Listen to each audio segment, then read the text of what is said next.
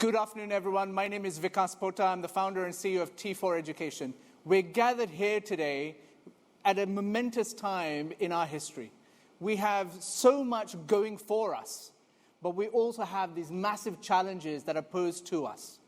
These massive challenges include what I think is a meta theme in the world that we all should be taking a lot more consideration of, and that is to do with our climate, our environment. So today you are joining us in Glasgow, in Scotland, which is hosting the COP26 conference, which is probably, as Peter says, one of the largest diplomatic exercises that this country, the UK, has undertaken since the Second World War. And it's of that footing that we actually need to think about how we mitigate, how we tackle head-on the challenges that are posed. Now, in any event, in any panel discussion, any speech, you have a starting, you have a middle, and you have a conclusion. And very, very uniquely, I'm going to start with the conclusion, because I know that each and every single one of our panelists and our speakers will agree with me, and this is the conclusion we're going to come to. And this isn't rocket science. It's really fundamental. The fundamental truth is, whatever the question, education is the answer. Whatever the question, education is the answer. Now, joining us here today, we have a galaxy of stars. A galaxy of stars that includes Peter Lacey, who is, and I don't want to get this wrong, the Chief Responsibility Officer and Global Sustainability Services Lead for Accenture. We have Charlotte Kirby, who is the Vice President of Global Strategic Relations for Salesforce. We have David Mitchell, who is the headmaster, the head teacher of a school in Scotland called the Dunoon Grammar School. We also have Dr. Rebecca Winthrop, who is the co-director and senior fellow of the Center for Universal Education at the Brookings Institution. And we also have three young people who will be joining us, because I think it is their voice that matters the most. There's a statistic that I like to cite, which is the young. There may be 27% of human population today, but they're 100% of our future. And that is why we are involving young people in this discussion as well. But without further ado, no event in education should really start without a musical performance. And here we have the students of Dunoon Grammar School in Scotland who are going to kick us off. Over to you.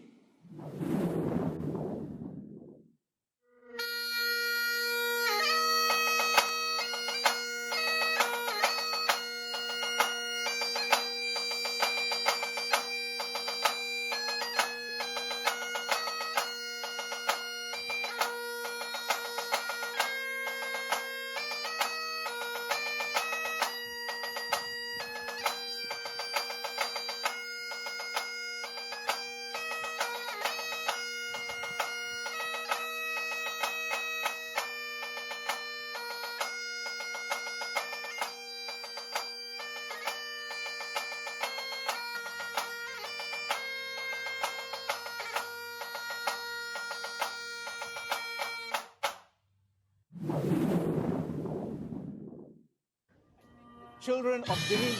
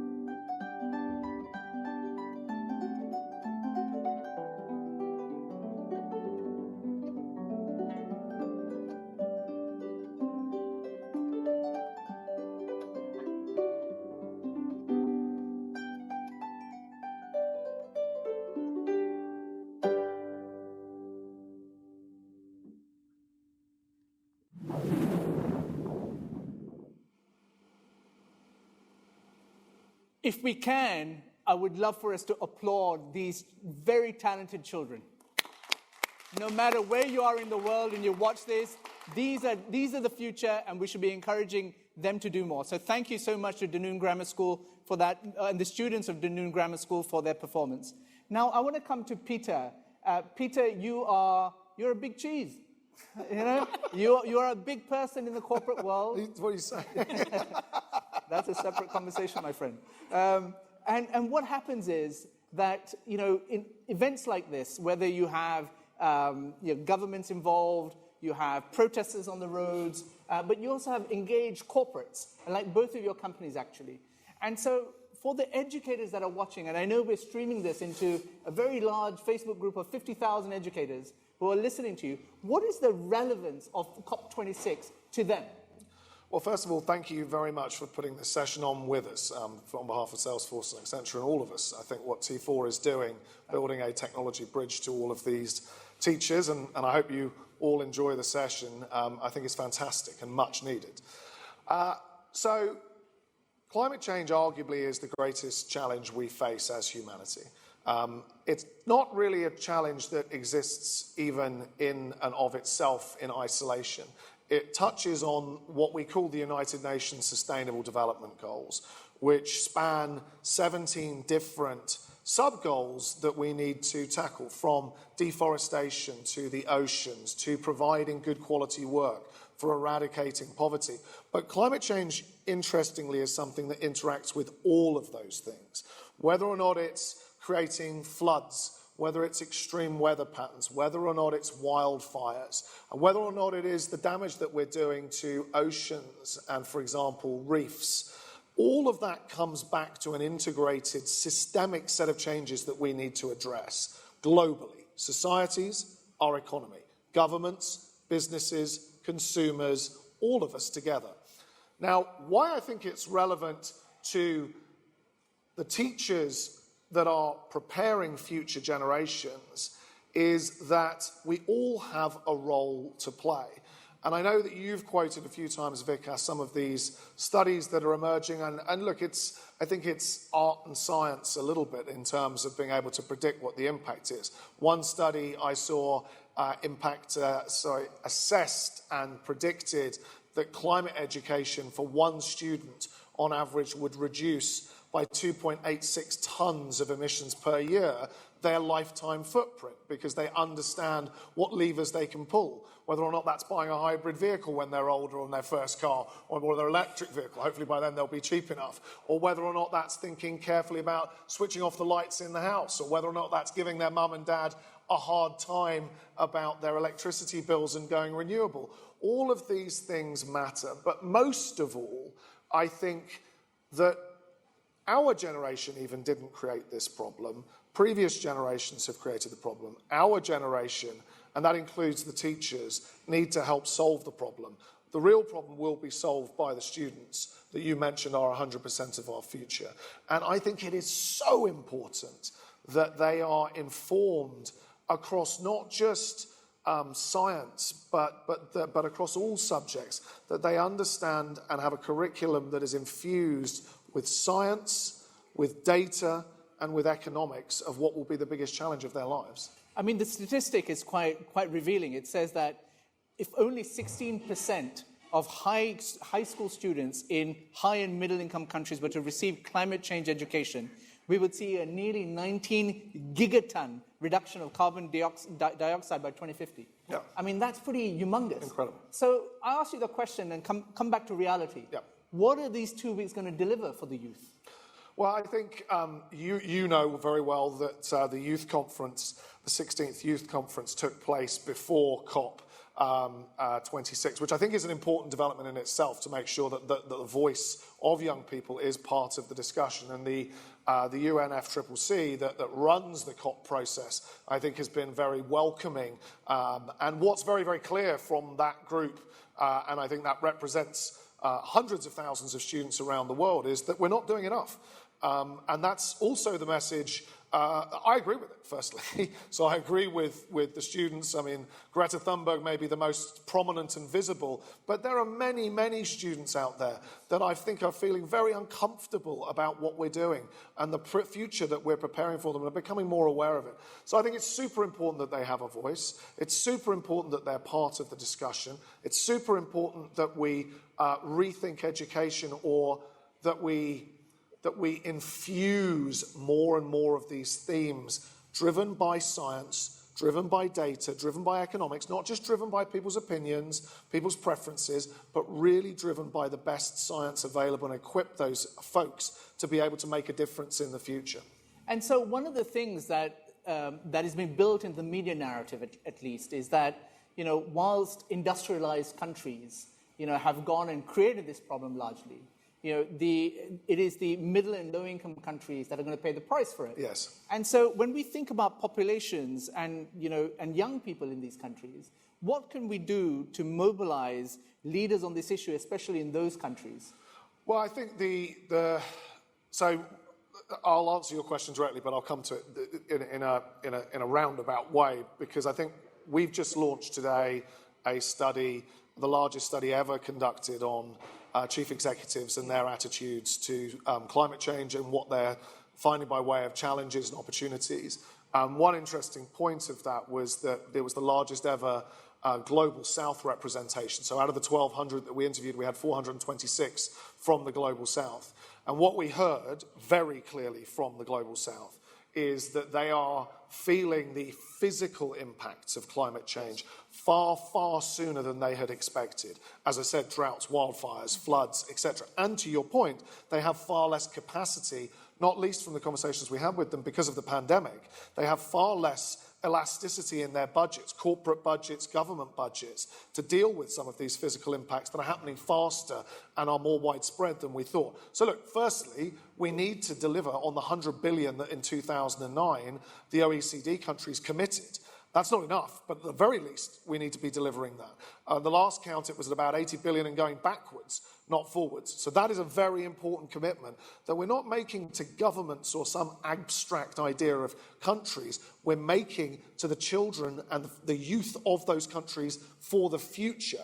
It isn't enough, by the way, but it is a start. So I think that is one important thing that needs to come out of COP26. Now, I noticed that I don't see a flag for Accenture. You're not a country or a government, you're a business, and a fantastic consulting business. Now, tell us in terms of what is your interest in this subject? Yeah. Simply because I'm sure those that are uninitiated in this discussion will be thinking, well, what is the role of business in tackling climate change and actually making the link to education? Yeah, so I think put very simply, we have a phenomenal and very ambitious CEO who's been in role for 2 years, who right from the very beginning and conversations with me and with others in our leadership, and I think it's been the same with Mark. Mark couldn't be more deeply committed personally to Mark at Benioff at Salesforce, that values matter as much as value. And that actually, if you take a quarter-to-quarter view or a year-to-year view, you're probably not going to prepare your business for the competitiveness of the future. And that actually we are living, we both use the same term, 360-degree value, that actually increasingly we're not going to be measured on the basis of our shareholder returns alone. And in fact, they become so integrated with your values anyway and purpose that actually they become combined and blurred in many ways. I think the new DNA of competitiveness is going to be, for the next decade, is going to be technology and sustainability. And so we are preparing our business for that. That means the way we operate our own business. So, for example, setting a science-based target, 1.5 degrees, net zero by 2025, creating our own offsets where we can't. We just had a session, I think you were here, where we're working with airlines to create sustainable aviation fuel, a tough problem to solve, but also infusing it in all of our client work. And for example, we have Salesforce Sustainability Cloud that Accenture and Salesforce put together, literally rewiring organizations to be able to measure their performance differently and engage with their consumers and customers differently. And that's not really what we're talking about today with education, but that is why we're interested. We are interested because it represents our values and what we want to be known for. 626,000 people around the world, average age 26. they're in the group you're talking about. They want to work for a company that represents their values, not just create shareholder value for pension funds and asset funds. So it really, really does matter that values and value are at the heart of our business increasingly. Thank you so much for sharing that. And Peter, congratulations on all that you do in this space. You know, today we also want to bring someone else to this discussion who is joining us from Washington, D.C., and that is Dr. Rebecca Winthrop, who is the co-director for the Center for Universal Education at the Brookings Institution. Rebecca is probably one of the most, not probably, definitely is, the most influential person I know in education research and in think tankery and putting out good stuff. And so, Rebecca, thank you for joining us. Tell us, what is the case for climate change education? That forms the basis of this panel and everything that we're talking about today. So please, over to you. Thank you, Vikas, and thank you for the Accenture colleagues for inviting me here. It was very exciting to see and hear, Peter, your comments. And so I am going to, Vikas, you already started quoting from our work to make the case, but I'm going to walk you through some of the really hard-nosed research that I have done with my colleague, Christina Kwok, on researching the connection between education and climate change and why we would want to even look at it as something that's useful. And so for all the teachers out there, I have just tweeted a link to this piece of research that we've done that is called Unleashing the Creativity of Teachers and Students to Combat Climate Change. And one of the things that we propose as a major, and I'm having trouble advancing my slides here, as a sort of major argument, is to say that we think every school around the world, and there are millions of schools around the world, should really embrace a culture of climate action projects. And we put a goal out there by 2025, but it'd be great also if we could get it by the time the SDGs are due. And why do we say that, and what do we mean? When we talk about every school having a climate action project, the reason we say that is because when people talk about education and climate change, they often think about changing the national curriculum, which is important and should be done. And some incredible work is done by Italy and New Zealand to really integrate climate change education throughout and build climate-aware citizens and our young people and the skills they need to promote that vision. But that can take 10 to 15 years, as any teacher would tell you. It takes a long time. And there's a huge amount of creativity happening with teachers because of COVID right now around the world and with students. The schools have been closed, teachers have been left to kind of figure out what they do, and teachers are doing all sorts of creative things. And if we could harness their energy to really focusing on climate action projects, what could we get? One, we could really equip young people around the globe with green civic skills. And when I say green civic skills, this really means not only understanding climate change, but practicing how you would go about and getting the really concrete civic action skills that are teachable and trainable, and we don't do enough of in our schools, to really make climate changes in their homes and in their communities and in their schools. And that will create a whole new generation of young people really well equipped to do that. What else would you get? We know from research that young people who are really empowered and onto a topic and have skills and evidence and data are incredibly influential at coming back home and shifting their parents and families' attitudes. We know that from the smoking cessation world and many others. So we also know that when it's a very touchy political issue, which this is in some contexts of the world, not in all, the kids are the ones who can bypass that partisanship. We also know that actually it could also help develop green schools around the world. There is a green schools movement in the globe, but it is not by far every school. You could think about all the infrastructure, transport, food, energy, electricity that schools use. The U.S. alone serves 7 billion school meals annually. And if we, every kid in the school and every school in the US was focused on school gardens and composting, et cetera, we know it could make a big difference. There's a great example in the UK of Kingsman Secondary School, who is part of the Green Schools movement. And they did massive sort of, every kid came up with in groups, teams, climate projects. They did walk to school, they did recycling, they did new energy saving, they did composting, they did veggie gardens. And not only did they save a lot of money for their school, $50,000, their whole school costs reduced, which is a lot of money for a school. They reduced the amount of trash they sent to landfills by 45%. So just imagine that multiplied by many times over. And then, of course, if you invest in hands-on project-based learning with real climate expertise, it only strengthens what teachers can do over the long run. It's not a one-off. So when we say a climate education project, we mean projects that are not just 1 hour in a school year, but serious projects.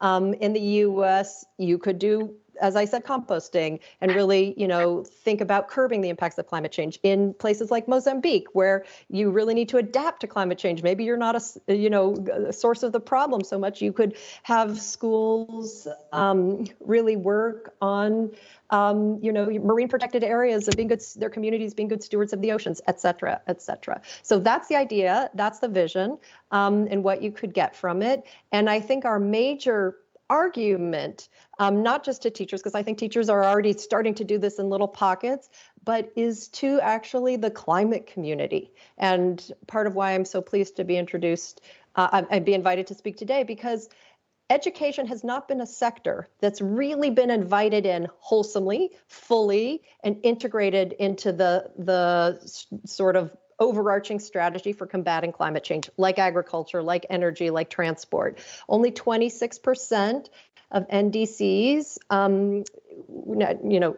even mention education. So these are countries' plans for how they're going to address climate change. And so the timing and why this is important, I think, Vikas, you already talked about this, but we know that there's lots of good research to show it can really have an impact on the climate. We know also that it can be incredibly important for marginalized communities, for climate justice issues, for those sort of, in the US, it's Black and Brown communities. Around the world, it's often Indigenous communities that have aren't necessarily creating climate change, but receiving much of the impacts. This can be a really important way to make sure they are getting supported and getting the resilience skills they need. In terms of why now, one of the things we know is that there is a political moment to do this. We know teachers around the globe are very supportive of this, especially, I would say, in high emitting countries like the US, et cetera, where most teachers say, I want to do more on teaching climate change, and I feel I don't have the training and support. We know, actually, also in the U.S., using my home country as an example, that this is a bipartisan issue. Most parents, Republican or Democrat, want climate change taught in schools. So there is a really good opportunity. In terms of what we suggest in the report on how you could actually go about this, we talk about basically 4 main things of like what are ideal conditions for success. One of them is that there's also a lot of great there's a lot of great evidence that are from around the world of these types of climate projects and how they work really effectively. So we have an effective model we can scale up. There's also a coalition of ready-made actors standing by. There's many, many organizations, not to mention the Fridays of the Future movement and all other youth movements, student movements, who should be invited in to schools by teachers and school leaders to say, come, bring your movement inside the school. You don't leave the school to pursue your want for a sustainable planet where you can breathe. That seems crazy to make kids go out to do that. They should be invited in. So those actors, and there's many other actors around the world, from nonprofits who are making content free to advocacy groups, etc. The second reason that we know, and my slides are really, really slow and shifting, so you guys are just going to have to bear with me. The second reason that we know of what makes a good condition for success is that actually school systems. So most school systems around the world are led in districts. So you have sort of a manageable size. We know that's kind of the perfect size to do climate action, but the climate community has told us between 10,000 to 100,000 people is the right size for taking climate action, because you can have the same principles around the globe, but what you need to do is really specific to your actual community, and that's sort of the right size for scaling climate action. And that's the size of a school. Most school districts are in every country around the world. So if we could get a model and scale it across school districts, led by teachers, supported by school leaders, involving students, I think it would be incredibly powerful. And lastly, the last thing I have to say is that this is actually something that I think really involves just three major steps. One is really developing a coalition of content providers, teacher networks who work with teachers. I think the main way to do this is through mentoring of teachers and cross-sharing across districts and schools. That can be done rapidly and quickly. You don't need some, wonderful decree from governments on high, which frankly in this, I'm hoping something will be useful coming out of COP, but at this point, I think we need every hand on deck, the private sector, teachers, schools, school leaders, everybody, because the governments don't seem to be getting stuff done that they should be getting done. The second thing you would need is really, to make sure you are supporting and mentoring and providing teachers, and I would say student leaders, clubs, running clubs, et cetera, with materials on how to do project hands-on learning that incorporates climate change action. You could get teachers and students together with local climate change scientists or local scientists and adapt some basic curriculum and activities that are out there already for free. And then you need to track progress and accountability and have some sort of tech mechanism for sharing these lessons so it can sort of spread virally across schools and districts. So that's our big idea. We hope people embrace it. And I'd be interested for other people's comments and thoughts. Thank you, Vikas. Thank you so much, Rebecca. And, today we have two corporate leaders with us from Salesforce and Accenture, two iconic companies. You talked about everyone coming into the school and welcoming them. What do you think the role of the private sector is in engaging the schools and the education sector in this battle on climate change? Yeah, I mean, as I said, I've been a little bit dispirited with the progress we're seeing at the governmental level. And part of the reason we focused our research here on what can an actual teacher do, an actual student leader of a club do, an actual school leader do that doesn't need massive policy change, this is it. I really think that the more schools and school districts can partner with people immediately, whether it be the companies who work in those local areas, or frankly who don't and just care about climate action. I would love to see Accenture or Salesforce or everybody else partnering with major teacher networks and organizations which exist around the world to support this type of teacher mentoring and getting a platform going. I think that is going to be the way forward, because I think we need to act where we can, and the private sector can act more quickly than governments, it appears. Rebecca, thank you so much for that response. And I want you to stay with us for a little bit longer, because I think you're going to enjoy the next segment even more than anyone else, because you have been a thought partner in the development and the launch of something called the World's Best School Prizes that we launched. But before I say any more, I'd love to show you this video. Please. Temperature rise will bring widespread devastation and unprecedented extreme weather. New coronavirus cases emerge across the country. Obesity rates have more than doubled in kids. Cape Town is running out of water.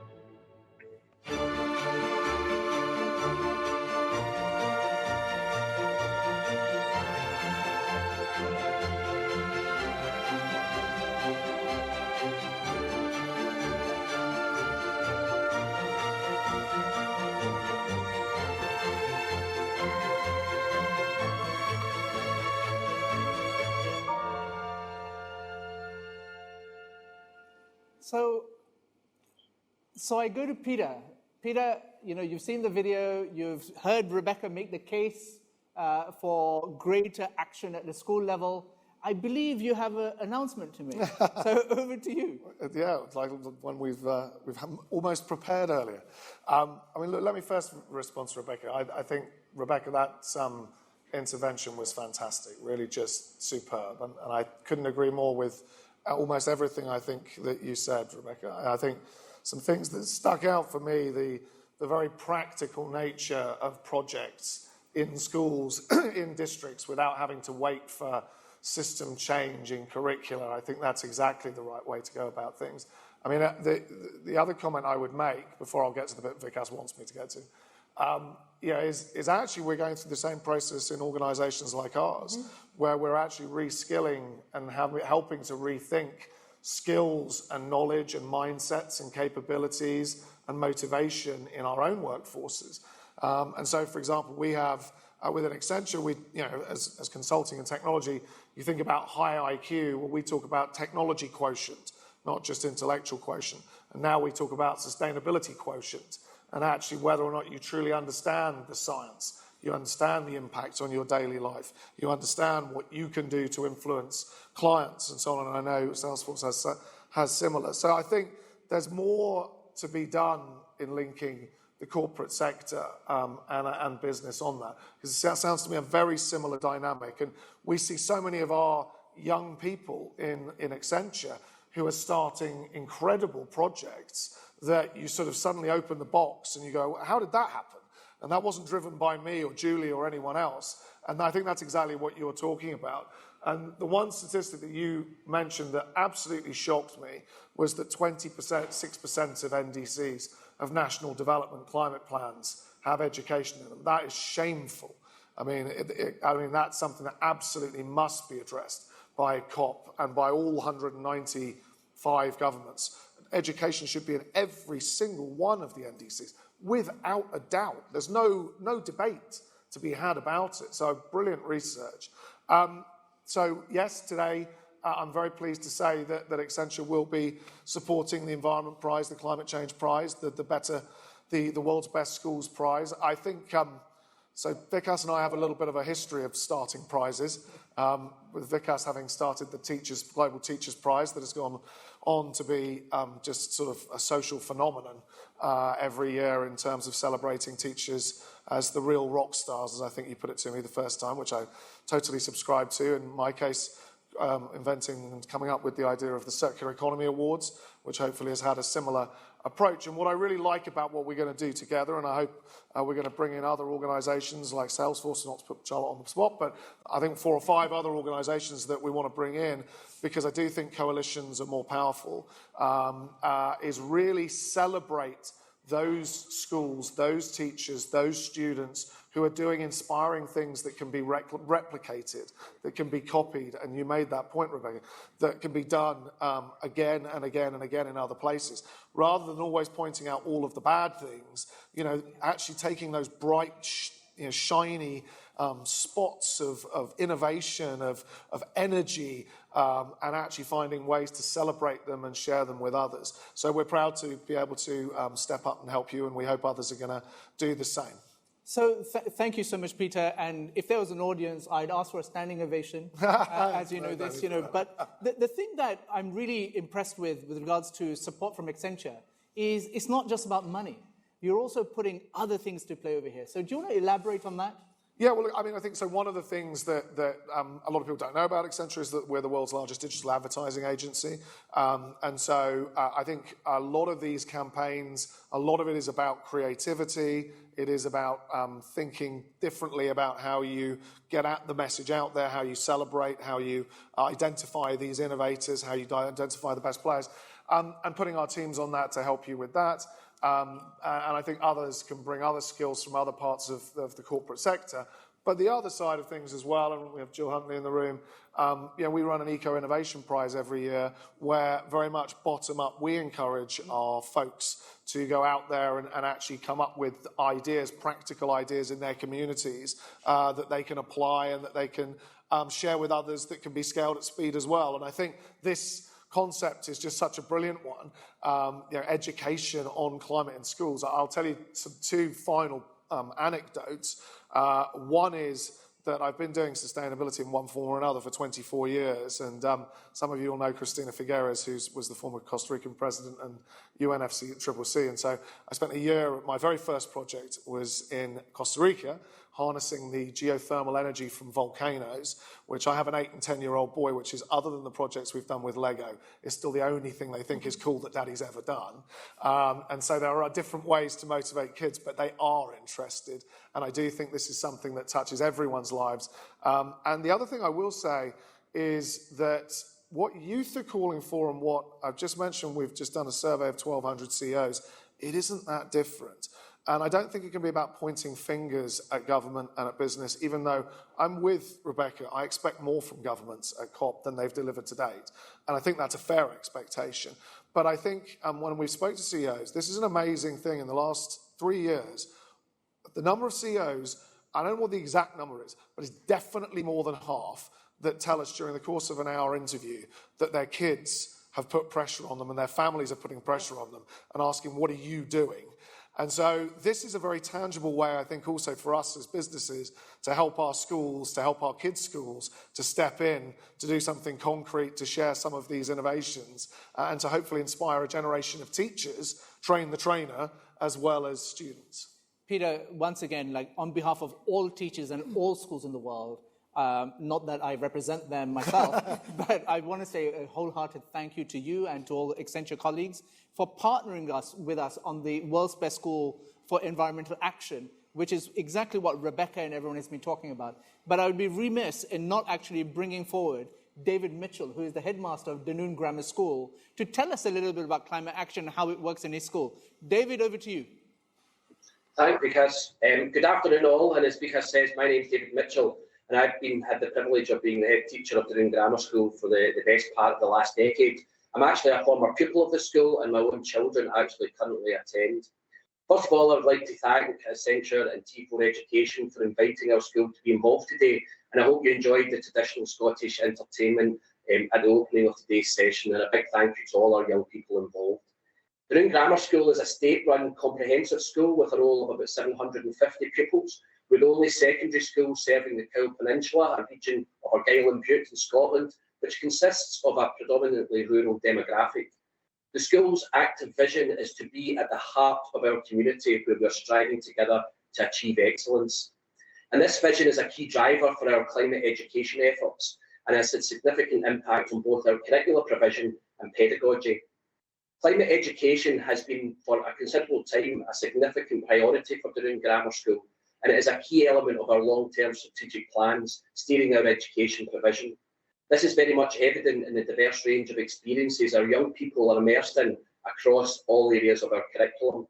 And in our current climate education activities includes, for example, in science, our young people learn about the carbon cycle and how humans have disrupted this natural cycle, generating greenhouse gases and the impact of these. They can show through experimentation that CO2 has an exothermic effect. They interrogate statistical data to show the trend in CO2 production globally, and they appreciate the importance of leadership in tackling climate change. In our languages department, our young people are utilising resources from the Museo del Prado in Madrid, exploring how the landscapes and famous paintings will change if we don't act, and the socio-economic consequences of climate crisis. Our learners are also assisting a member of our staff who's providing interpreting services at the COP conference by producing a quick reference vocabulary list, including technical terminology. The climate crisis has long underpinned much of the educational experience for our young people who attend our Learning Centre, which is our specialist provision for learners with additional support needs. They have written to all our world leaders encouraging action and made a short film to educate a wider school community about climate change. In our food technology department, our young people are examining how climate change is affecting our crop production, global food supply chains, our food prices, and our nutritional well-being. Young people are discussing the pressing need to make sustainable choices every day in the home environment, but also in the hospitality industry, including recycling, composting, avoiding waste, and climate-conscious recipes. Our extracurricular provision opens up opportunities for our young people to lead several climate initiatives. For example, they achieved the green flag status a number of years ago, and one of our young enterprise companies set up an upcycling business, which was a great success. But climate education is not a bolt-on, but it's truly embedded in our day-to-day learning and teaching. Not only do we raise awareness and knowledge of the issues, we provide opportunities for pupil-led action where our young people can be the proactive agents of positive change. And there's two key reasons why climate education is so central to our efforts. The first is, of course, the cause itself. We are acutely aware of how the climate emergency has and will continue to adversely impact our local, national, and global communities. Our young people know that it's the most deprived in societies that are the hardest hit, and they're not prepared to sit idly by. And I'm amazed at the example our young people set us, how they're willing to adopt a social dimension to their efforts and to get their sleeves rolled up and take action. And the second is the opportunities for rich, active, experiential learning. Our school is growing a reputation for delivering immersive and innovative learning experiences for our young people within real and relevant contexts. We've received recognition for this. For example, the HMI Inspectorate identified our experiential approaches to learning and teaching as best practice and plan to share our approaches with schools across Scotland. We were the first Scottish school to be awarded the JA Europe Entrepreneurial Award, and we were honoured to be the first Scottish school to present at T4 Education World Education Week last year, and we were again one of only 100 schools to deliver a session this year. Mike Kearney, the former Governor of the Bank of England and now UN Special Envoy on Climate Action and Finance, believes that climate action offers significant opportunities to the private sector, not seen since the advent of the internet circa 1999. We want our young people to be at the forefront of this transformational change in our economies and society, and for what to happen, we need to ensure that we are giving the opportunities for them to develop knowledge, skills, and confidence right now. It's for this reason that we strive to establish creative forums where our learners can work together with our community partners to generate and develop ideas, but in a safe and supportive environment, one where it's okay to make mistakes, but one where our young people learn from such setbacks. This helps build leadership, resilience, and a real can-do attitude. This has revolutionised how we educate. Teachers are no longer the sage on the stage, but are now the guide by the side, supporting our young people to lead creative initiatives to improve our communities, while developing essential skills for learning, life, and work. Skills such as creativity, problem solving, teamwork, communication, skills, and risk taking. A recent example of this is in our new Game Changer course we introduced in August. We want our S1 pupils, our newest and youngest pupils, to be the champions of change as we navigate our way out of the pandemic. We want them to be the green shoots of renewal as we forge a better future for our school and wider community.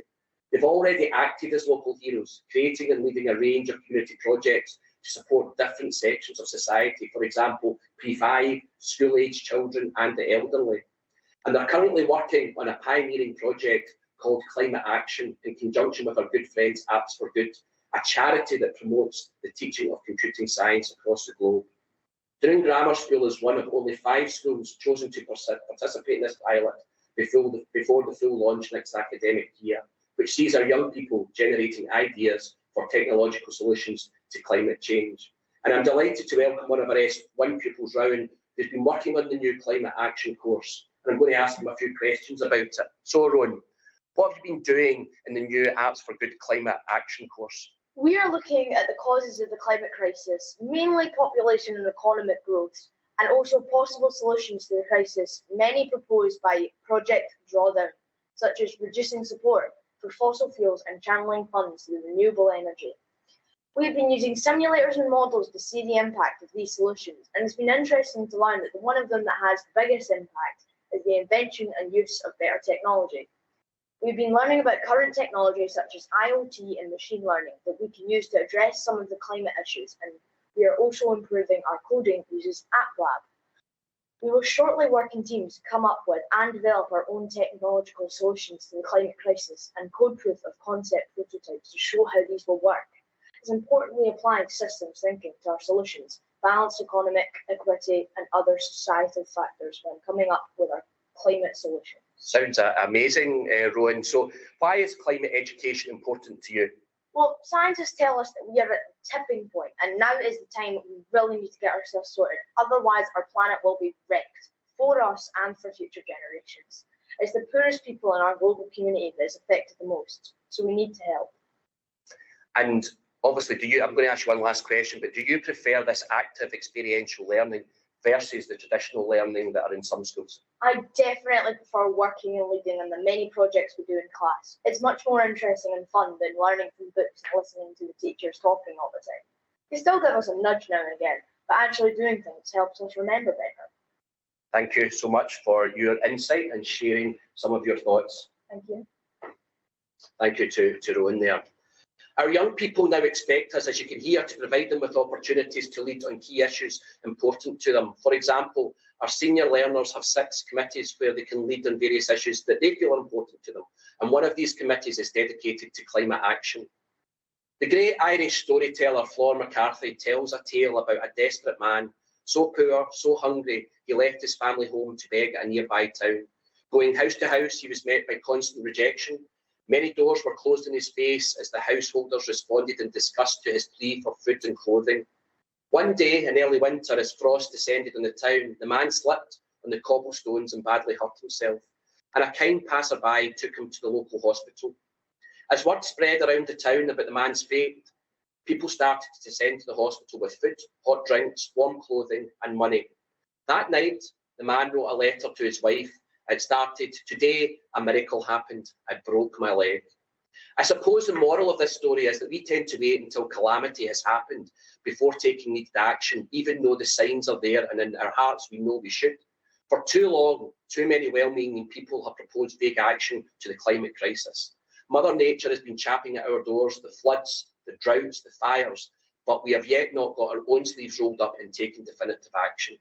This is one area our young people can educate us on. They're not just the future, but they're the here and now, able and willing to make a difference. There has been much talk about climate anxiety of late. Recent research from the Bath University shows that 54% of us think our planet is doomed and we are powerless and that any action now is futile. Our young people certainly don't see it that way. And I know if they were given the chance, they would prove to be effective leaders of that transformational change we require. I have used the word action many times today, and I now have a call to action to all of you. I ask this of you. As soon as this session is finished, please contact your local school, nursery, primary or secondary. Discuss with them how you can actively involve their young people in your current projects and initiatives, particularly, but not exclusively, those related to climate action. We need you. We need you to help us provide the active, creative and experiential learning opportunities for our young people to grow so they can hit the ground running when they're your colleagues and bosses of the future. I promise you will not be disappointed by the inspiring and passionate contribution the young people will make. Show them by example the importance of considering the climate when making decisions so this becomes the norm to them. Let your school know what knowledge, skills and qualifications their young people need to be effective contributors to the climate economy. We recently introduced 5 new qualifications to address gaps in our own curricular offer to our young people. This was based on a recent consultation exercise with our local business community and their projected future needs. And I personally would love to hear from you too, to discuss how the fantastic young people here at Doon Grammar School could contribute to your own current and future products. I'm confident they will challenge your thinking and present fresh perspectives. I'm lucky enough to benefit from that every single day. So please contact me at david.mitchell@argyll-butte.gov.uk and we'll share my email address later.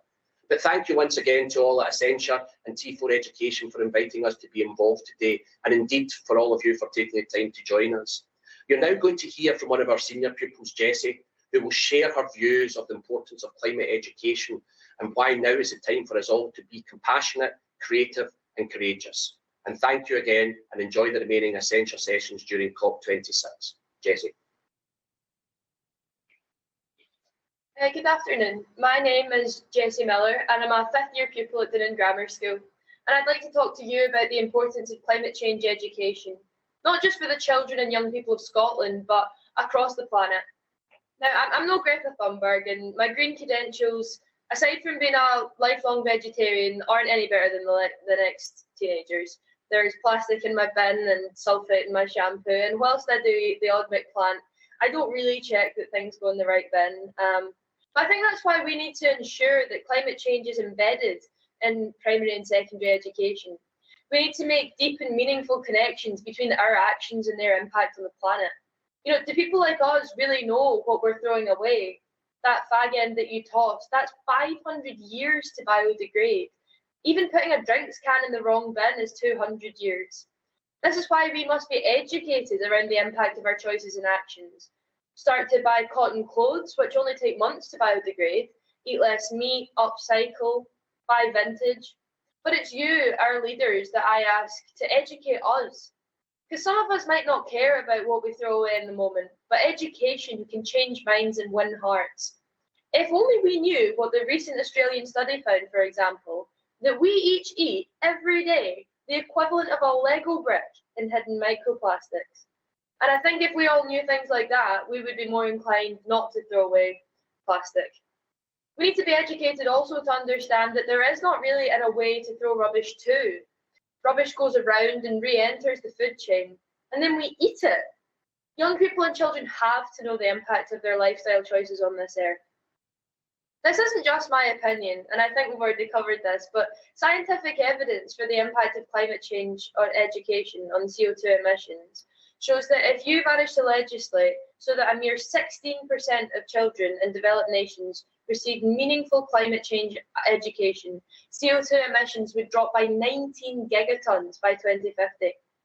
If you then manage to extend that education to a further 100% of students, the impact on emissions would outstrip that of wind turbines and solar power combined.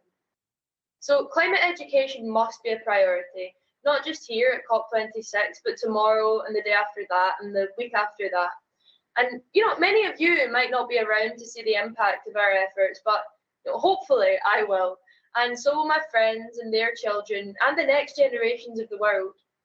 I'm sure none of you here today need reminding that our future leaders, those who will inherit the responsibility for this planet, are today in schools and colleges and universities across the globe.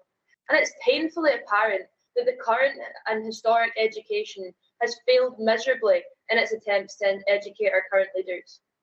I listened this week to the radio and I heard Professor Brian Cox speaking about his wish to send Boris Johnson and Joe Biden and their counterparts across the globe into space, because he genuinely feels that the only way to ensure their understanding that without immediate, systematic and sustained change, our planet as we know it is doomed, would be to send a space shuttle with our world leaders and send them into orbit so that then they could see the fragility of our Earth from space. Now, I'm not a world leader. I'm just a 16-year-old from Dunoon Grammar School. But I don't need sent into space to understand that the time for talking is past, and that the time for education and action is now. Thank you. Thank you very much. David, I have a question for you. Can you hear me? Yes, can hear you, Vikas. And so that very much sounded like an application for the world's best school for climate action. And what is your thought about the prizes? I mean, you as a school leader, how do you receive, this unveiling that we've done today and of recent that you've been watching? What excites you about these prizes? I think it does really excite me. All of the prizes really excite me. And I think it's really important that as schools, sometimes all the great work that is done in education, it's not forgotten, but it's not given the recognition it needs. And there are so many brilliant schools across this world, and you listen to World Education Week to hear that. And I think, to be able to recognise them with one of these prizes is just massive. It's giving shivers up my spine just now, actually. Thank you so much for that, David. I'm really grateful for your partnership and for you being here. And I look forward to seeing your application come through, because applications are open, and all you have to do is go to worldsbestschool.org and you will be guided through the process. And you have until the 1st of March to make sure you put your best foot forward for any of the 5 prizes. But as today we're at COP26, we bring a focus to the Environmental Action Prize. Thank you so much, David, and thank you to all the students of Dunoon Grammar School. Thank you all. Thank you for having us. Now, I want to come to you, Charlotte. You've heard so much today. You've heard from Peter, who is at Accenture. You've heard from Rebecca Winthrop, who is one of the most profound thinkers in this space. You've heard from a school in Scotland. It seems very appropriate. You've heard from this lady, who is a 16-year-old student of Dunoon Grammar School, saying, pony up, let's have some action. So as a global organization, your commitment to bridging this gap between education and the environment, is through the setup of what are called climate action labs. Can you share with us a little bit of information about this and how you're going to grow this movement, most importantly? Because as you've heard, it's the here and now. It's not just about the future. And so over to you. So first of all, thank you so much for inviting me to speak on one of my favourite subjects. And that's how do we infuse all that we as a technology company do in enabling young people to have opportunities for the here and now and also for their futures. And so it was with that in mind that in 2015 we started a partnership with the World Economic Forum and the Davos Middle School and the community of Davos. And the aim of that was to really showcase the power of corporate support in local communities and the change that could really make. And we thought, well, let's do it at WEF, where you have some of the biggest companies and some of the, the most known world leaders, and let's show them what can happen when a company gets behind a community.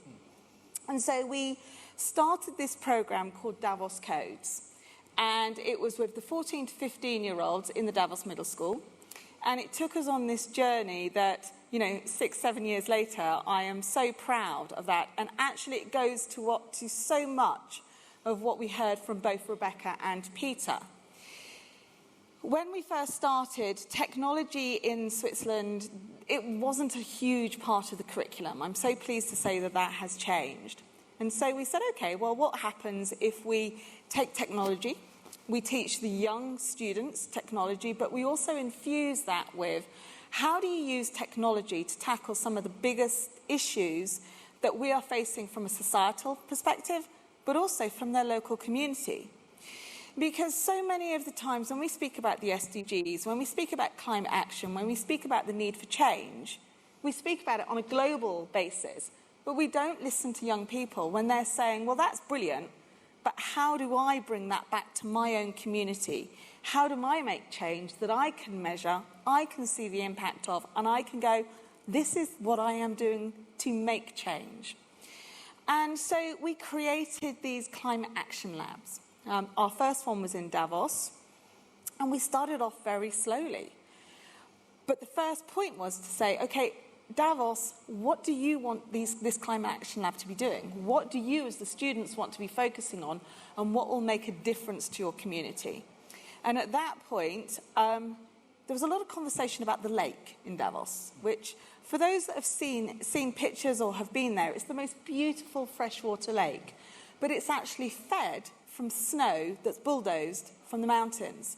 And so there was a conversation, is there plastic in the lake? Half of the town said no. Half of the town said, we need to find out. And so the students embarked through this partnership we had with them on experiments. We brought in partners. To Rebecca's point, there are so many NGOs and partners out there that are willing to support. So we brought in organisations like Nature Bites, the Benioff Oceans Institute, and we had the young people taking experiments, taking measurements from the water, and then doing analytics on that. And they absolutely loved it because it brought to life all that we were talking about. It brought to life the SDGs. It brought to life their local community. What they didn't love was what they found, and that there was plastic content in that water. So the next stage of the journey, what are we going to do about that? It's no good just knowing. We have to have a plan around it. And so the young people of Davos, with full support from their school and their teachers and us, built out a whole campaign. They brought in local media, local business, the local government, and they brought a campaign to educate the community of what was happening around the lake. That campaign resulted in Davos being the only town in Switzerland that now has local regulations on plastic recycling, which is an incredible achievement for the young people. But they said, we're not stopping here. So the next step in the Climate Action Lab, we taught them all about single-use plastic. And actually, it doesn't have to be single-use. And we did incredible experiments with things like plastic shopping baskets. What can we do with them? How can we recycle them? How can we upcycle? We heard from Danune. And that's led on this incredible journey where we are now, which is taking measurements from other environmental factors, air quality, flora, fauna.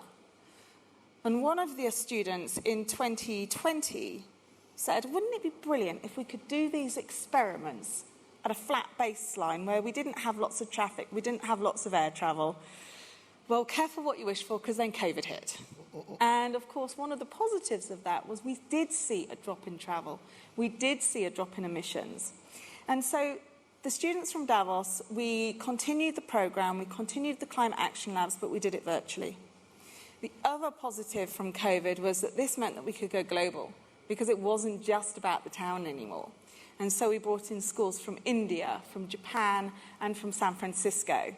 And we had them all doing these measurements, taking these metrics, and then doing their local analytics. But then we had each school teach the other schools about what they were seeing in their own local communities and in their environments, and building analytics all together to create impact that was then shared with the Swiss Institute of Allergy and Asthma Research. It's also been shared fully with iNaturalist and citizen scientists, so that, to Rebecca's point, all of the impact that the work that they are doing is being recorded, and they are seeing it at the local level, but they're also seeing the impact at the global level as well. And so our next step is to continue the growth of the Climate Action Labs, take it into many other schools, bring many other partners in.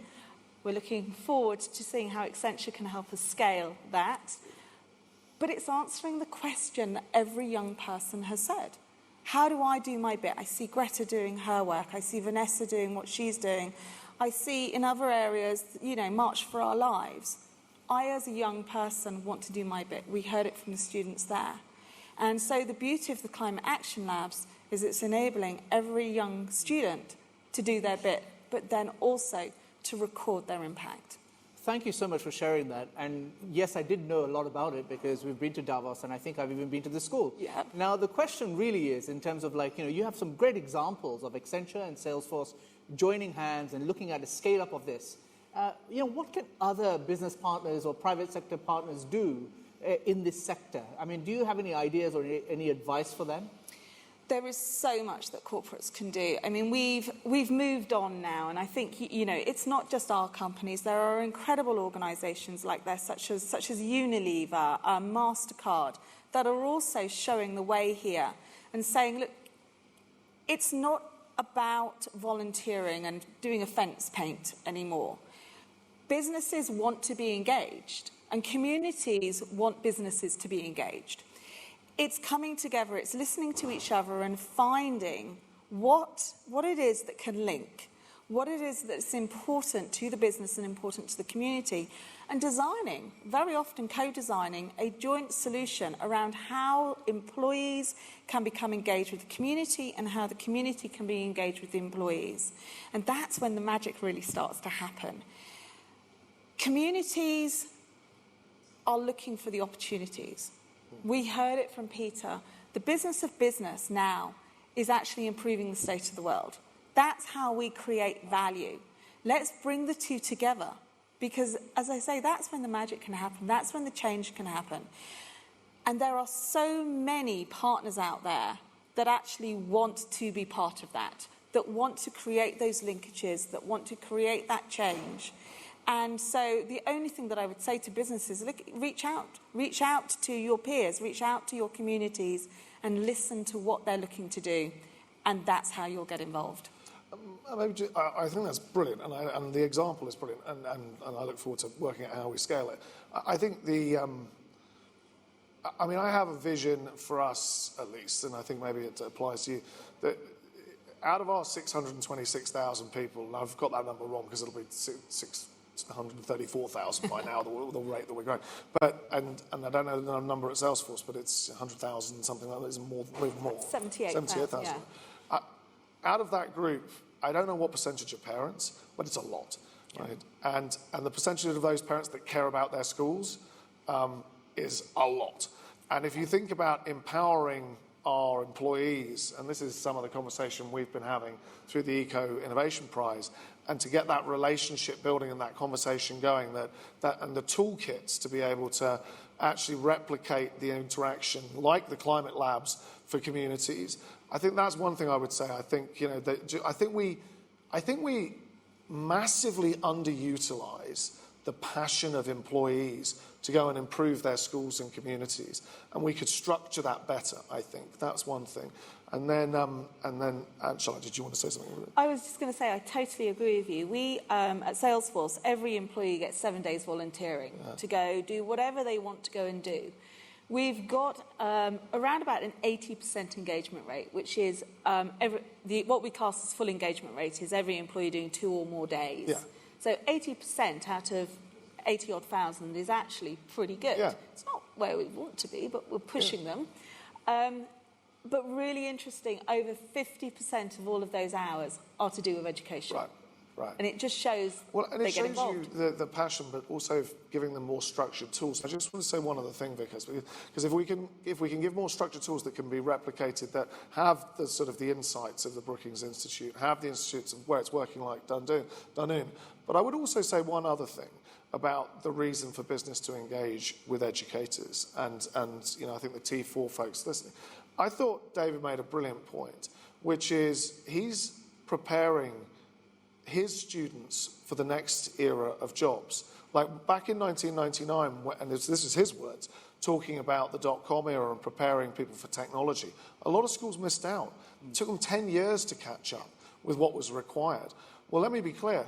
In Scotland, the North Sea will become one of the world's hubs for clean energy and offshore wind, for sure. And the number of green jobs, even last week at the Global Investment Summit, Scottish Power and Iberdrola announced a $10 billion investment in offshore wind in Scotland. This is where those jobs are going to come from. And so actually there is a commercial interest in working on those skills and those jobs of the future, I would say. Absolutely. And Prince's Trust actually just did a report recently, and in that report it said 74% of young people right now want a job in the green economy. Yeah. Yet only 14% had been able to find either detail or opportunity in the green economy. Yeah. I've been told to wrap the session. I know that we've taken liberty here. But I want to say thank you, Charlotte. And, we all know about Salesforce's credentials in, the business of business is making the world a better place. And I want to thank you for that on behalf of everyone for that. And, we look forward to receiving more information about your climate action labs and how, schools in your network can also apply for the World's Best School Prizes. I also want to end by saying thank you to you, Peter, and all colleagues at Accenture. Your support means a lot to us because this is that divide that we're trying to bridge.